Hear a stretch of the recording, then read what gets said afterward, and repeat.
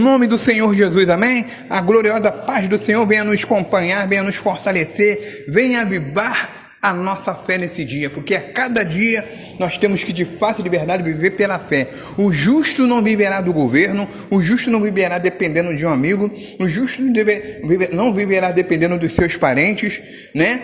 E você sabe que maldito é o homem que confia no homem, e você também que anda na justiça de Deus, você não pode depender de situações que o governo vai aumentar o salário ou daquela situação que a gente tem visto. Por quê? Por quê, irmãos? Porque a gente tem visto que as pessoas têm encarado filas quilométricas, passada a madrugada, para pegar os míseros 500 ou 600, não sei nem 750 reais de auxílio emergencial.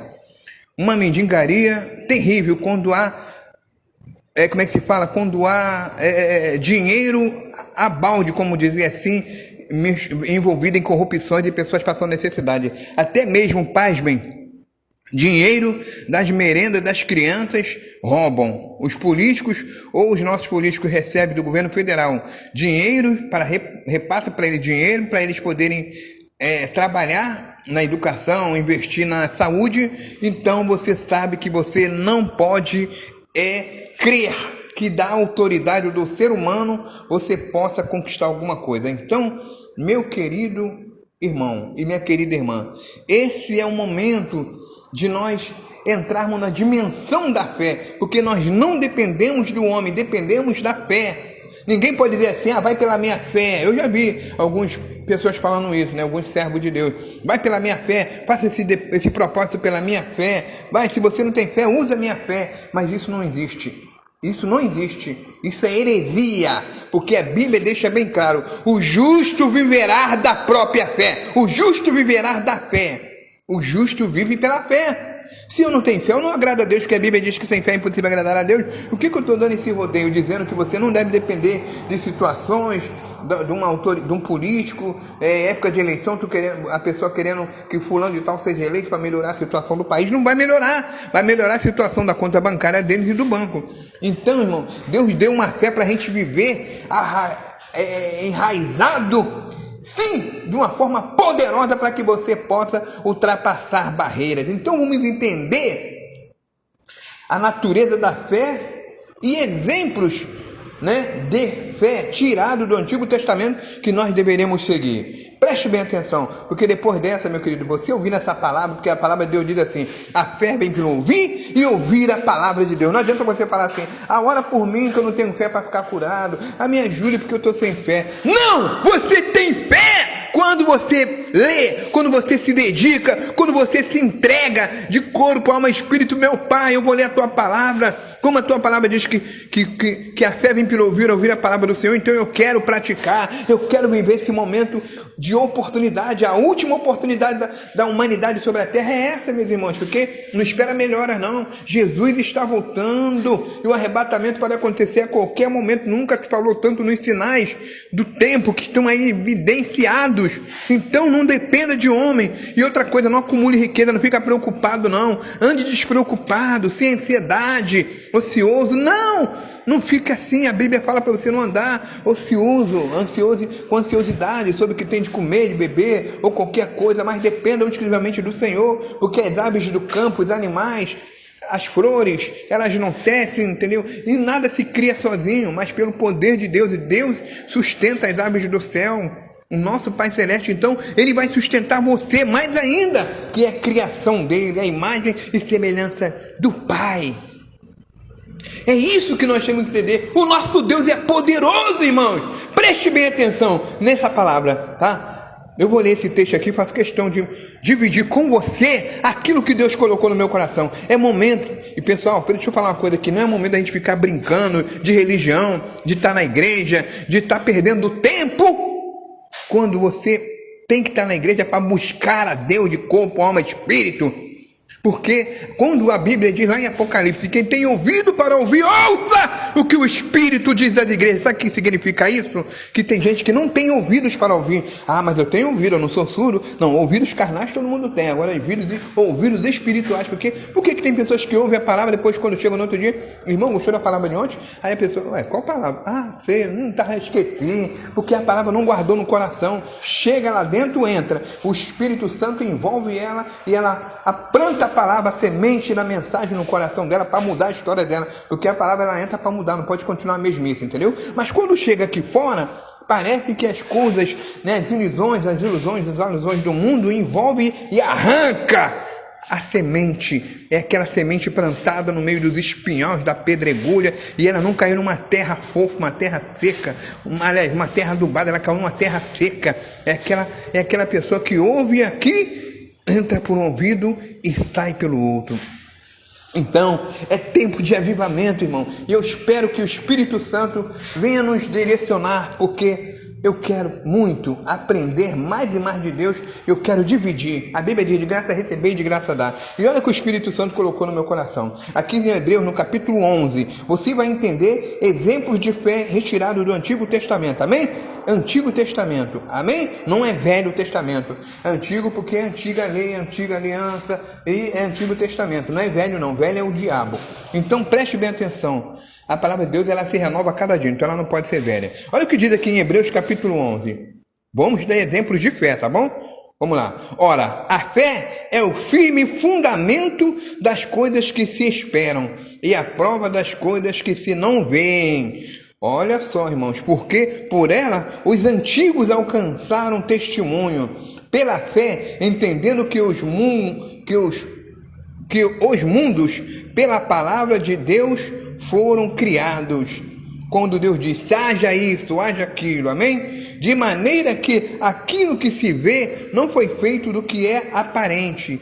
Pela fé, vamos lá, vamos aos heróis da fé. Pela fé, Abel ofereceu a Deus maior sacrifício do que Caim, pelo qual alcançou testemunho de que era justo. Por isso a Bíblia diz que sem fé é impossível agradar a Deus. Abel agradou a Deus, mas Caim não. E você sabe o que aconteceu, né? Logo no início lá da história da Bíblia, quando você lê no Antigo Testamento. Aí vem, diz que Caim, pelo qual que Abel ofereceu a Deus maior sacrifício, ou seja, não é a quantidade, mas o valor com que ele aplicou, foi a qualidade, amém?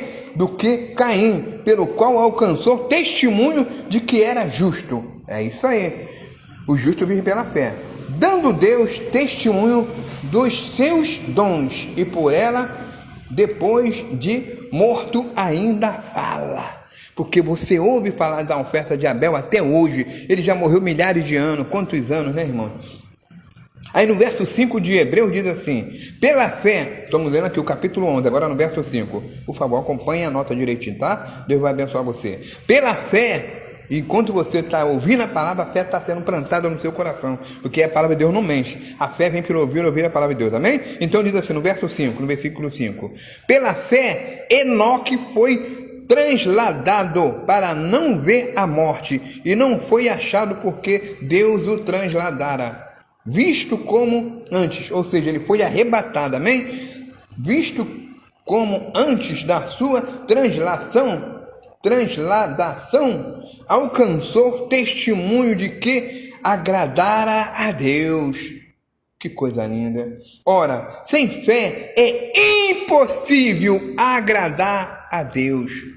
Você já ouviu isso? Então, porque é necessário que aquele que se aproxima de Deus creia que ele existe, que é galardoador dos que o buscam. Pela fé, Noé, divinamente avisado das coisas que ainda não se viam, temeu e para a salvação da sua família, o que ele fez? Preparou a arca, glória a Deus, pela qual condenou o mundo e foi feito herdeiro da justiça, que é segundo a fé. Pela fé, olha só como é que a fé é poderosa. Olha só, meu irmão, olha que coisa gloriosa. Olha só, pela fé, irmão, Noé, ele fez a arca, porque se ele não tivesse fé para fazer a arca, olha, ia morrer todo mundo, inclusive ele e a família dele. Então, olha que é necessário você usar a sua fé, porque é perigo se você não usá-la. Amém? Pela fé também Abraão, né? Vamos lá. Abraão, sendo chamado, obedeceu, indo para um lugar que havia de receber por herança, e saiu sem saber para onde ia. Isso é forte. Irmãos, ele saiu, a Bíblia diz, sai da sua terra, da sua parentela, e vai para um lugar que ainda Deus ainda iria mostrar. Ou seja, era ele que ia sem endereço, sem saber para onde ia, mas ele estava sob a direção. E quando você está na fé, você está sob a direção de Deus, amém? Isso é importante, mas isso é precioso no dia de hoje. Agora, no verso 9, pela fé habitou na terra da promessa como em terra alheia, morando em cabanas com Isaque e Jacó, herdeiros com ele da mesma promessa, aleluia, porque esperava a cidade que tem fundamento, do qual o artífice, o construtor é quem? Aleluia, é Deus. Pela fé também a mesma Sara recebeu a virtude de conceber e deu à luz já fora da idade, porquanto teve por fiel aquele que lhe tinha prometido. Pelo que também de esses já amortecidos descenderam também em multidões como as estrelas. Por isso que Deus falou, conta as estrelas, quem é que pode? Alguém pode contar a estrela? Ninguém. Ninguém pode contar as estrelas, sabe por quê? Porque não pode, é infinita. Assim seria a posteridade de Abraão. Amém? Contar as estrelas do céu. E como a areia inumerável que está na praia do mar. Você consegue contar areia? Contar areia? Abraão também não conseguiu contar as estrelas do céu. Assim seria a sua descendência. Por isso ele é o nosso pai da fé, porque tem milhares de pessoas com fé no mundo inteiro. Eu costumo dizer enfesado, né? Mas enfesado contra o cão, né? Por isso que as orações e a briga dos crentes é contra o diabo e seus demônios. Olha só, todos estes morreram na fé, sem terem recebido as promessas, mas vendo-as de longe e crendo nelas e abraçando-as, confessaram que eram estrangeiros e peregrinos na terra, porque os que isso dizem claramente mostram que buscam uma pátria. E se na verdade se lembrassem daquele de onde haviam saído, teriam oportunidade de tornar. Mas agora desejam uma melhora, isto é, a celestial, pelo que também Deus não se envergonha deles. Olha só, gente, isso é muito forte. Deus não se envergonha. Será que Deus não tem se envergonhado da gente? Com a pequenez da nossa fé que a gente tem? Não pelo tamanho da fé, mas pela uma fé fraca, frouxa e covarde. Aqui diz que Deus não se envergonhou deles. De quem? De Isaque, de Abraão, de Sara, desses que manifestaram a fé. De Noé, que fez a arca. Aí diz assim, ó. Não se envergonhou deles de ser chamar seu Deus, porque já lhes preparou uma cidade. Pela fé ofereceu Abraão a Isaque quando foi provado, sem que ele recebera as promessas.